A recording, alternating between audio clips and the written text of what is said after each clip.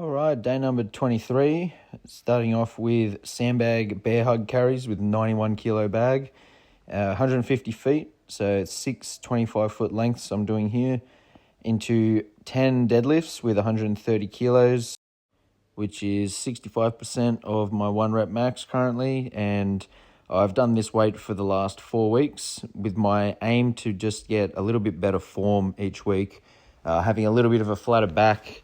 My back does round a lot, particularly when there's a little bit of fatigue. The sandbag bear hug carry has been less taxing on the lower back than the GHDs were.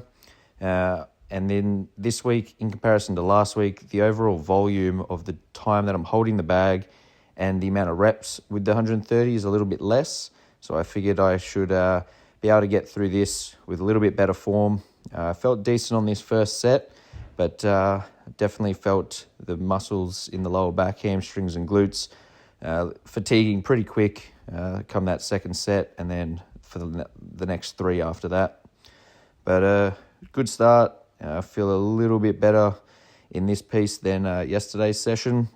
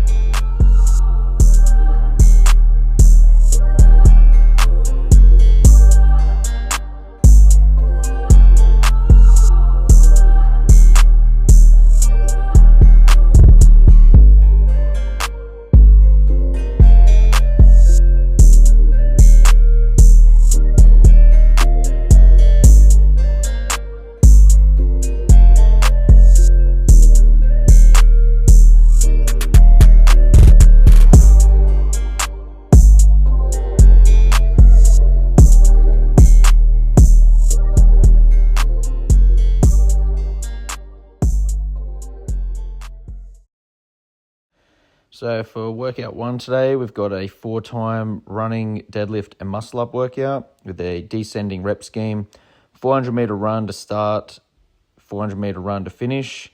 And then in between that, we're doing 125 kilo deadlifts, 15 reps, then 15 bar muscle ups, 400 meter run, 12 deadlifts, 12 bar muscle ups, 400 meter run, 9 deadlifts, 9 bar muscle ups, 400 meter run, 6 deadlifts, 6 bar muscle ups, finishing with the 400. So I did remember to do the last 400 in this piece, unlike the other week where I forgot there was a 400 to finish with the ring muscle up complex workout. This one was a little bit tough. 400 meter runs in a workout with this sort of a weight of a deadlift definitely take a bit of effort for me to get through in a decent time. My aim here was to run smooth, try to push my pace a little harder than I have in the past on the runs, and then see what I can do on the deadlifts and the muscle ups I knew I'd be pretty sweet on. with even just a short rest. Managed to do my first set of 15 unbroken, and then the 12, I broke that into 2 sets of 7 and 5, the 9 unbroken and the 6 unbroken, and then the deadlifts I kind of just went by feel, trying to knock out at least more than half of the reps in one go, and doing them in 2 sets, 3 sets at most, but I think I did all of them in 2 sets. So overall, not too bad this one. I think just because the ability to get through the muscle-ups in a good time made up for a little bit of the pace that I don't have on the running and the breaks on the deadlifts. You know, their deadlift weight is only 5 kilos less than the lifting piece before this, so a fair bit of volume, and my form definitely wasn't as sharp and tidy on this workout. So still getting through it, but yeah, tough workout. Good sweat after this one. Before moving on to our accessory and second workout for this session.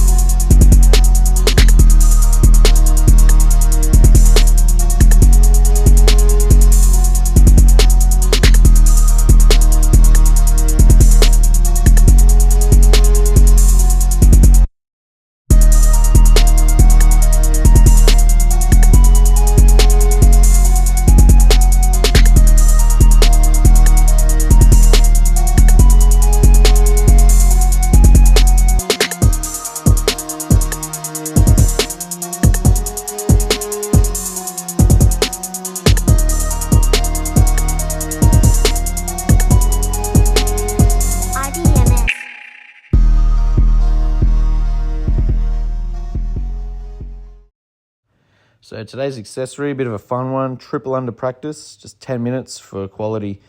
I spent the first few minutes of this just starting by trying to just do a triple under, and then doing a couple of skips into a triple under, a couple of skips in between doing triple unders, just figuring out, finding my rhythm.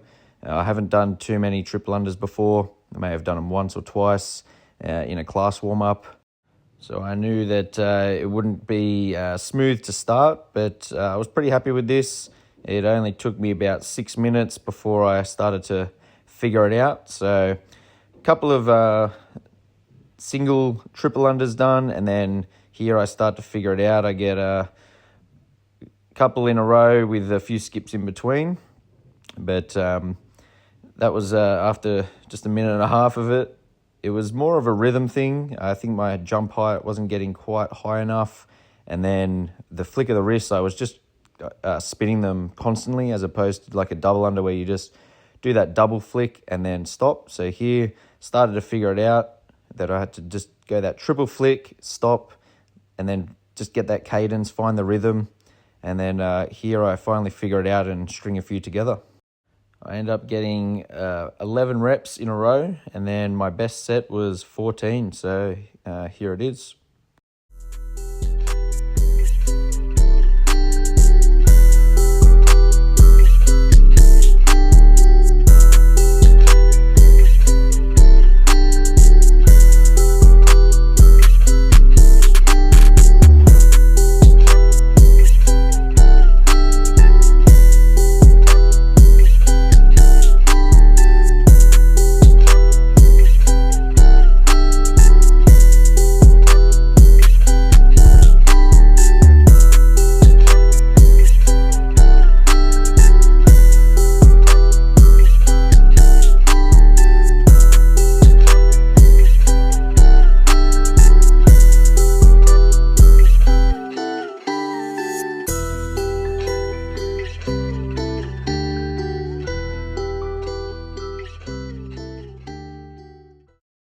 So I was pretty happy with that accessory. Got some new skill development, so that's what you want for those sort of pieces. Now, this workout, 5 rounds for time, 100 double unders, 20 calories ski. I looked at this and thought 100 double unders takes just under a minute. If you do them unbroken, 20 cal ski takes about a minute. If you hold a pretty steady, hard pace, So 10 minutes on this one was the aim. I was going to try to hold as close as I could to that, or just get under 10 minutes, knowing that I could push the last ski a little bit harder. A couple of trip ups, about one trip up on that first set, put me right at a minute on the double unders. And then the this first ski, just finding if this was a good pace to hold. As long as I stayed above a 1200 cal per hour pace, I knew I would be pretty close to holding that minute for each section. The only issue I had was I didn't have a clock that I could see for this one. I just went by feel, knowing that I had to just go pretty much unbroken and quick transitions. A few trip ups on my double unders on the last set. I knew that I was going to be pretty close to the 10-minute mark. Wasn't sure how far over the minute each time I was, but I managed to get this one done bang on 10 minutes. I would have liked to get sub 10, but I had about 5 trips on my last set, which I was aiming to not do, but I pushed my ski as hard as I could. Last ski got it up to 1900 cal per hour for most of that effort. It still just wasn't enough to get the sub 10, but 10 flat, I'll take that. And a good workout to finish the day. Felt decent on this one. It wasn't any sort of muscular or lactate limitation. It was just about breathing, staying in it. It was a pretty manageable sort of workout to hold the pace.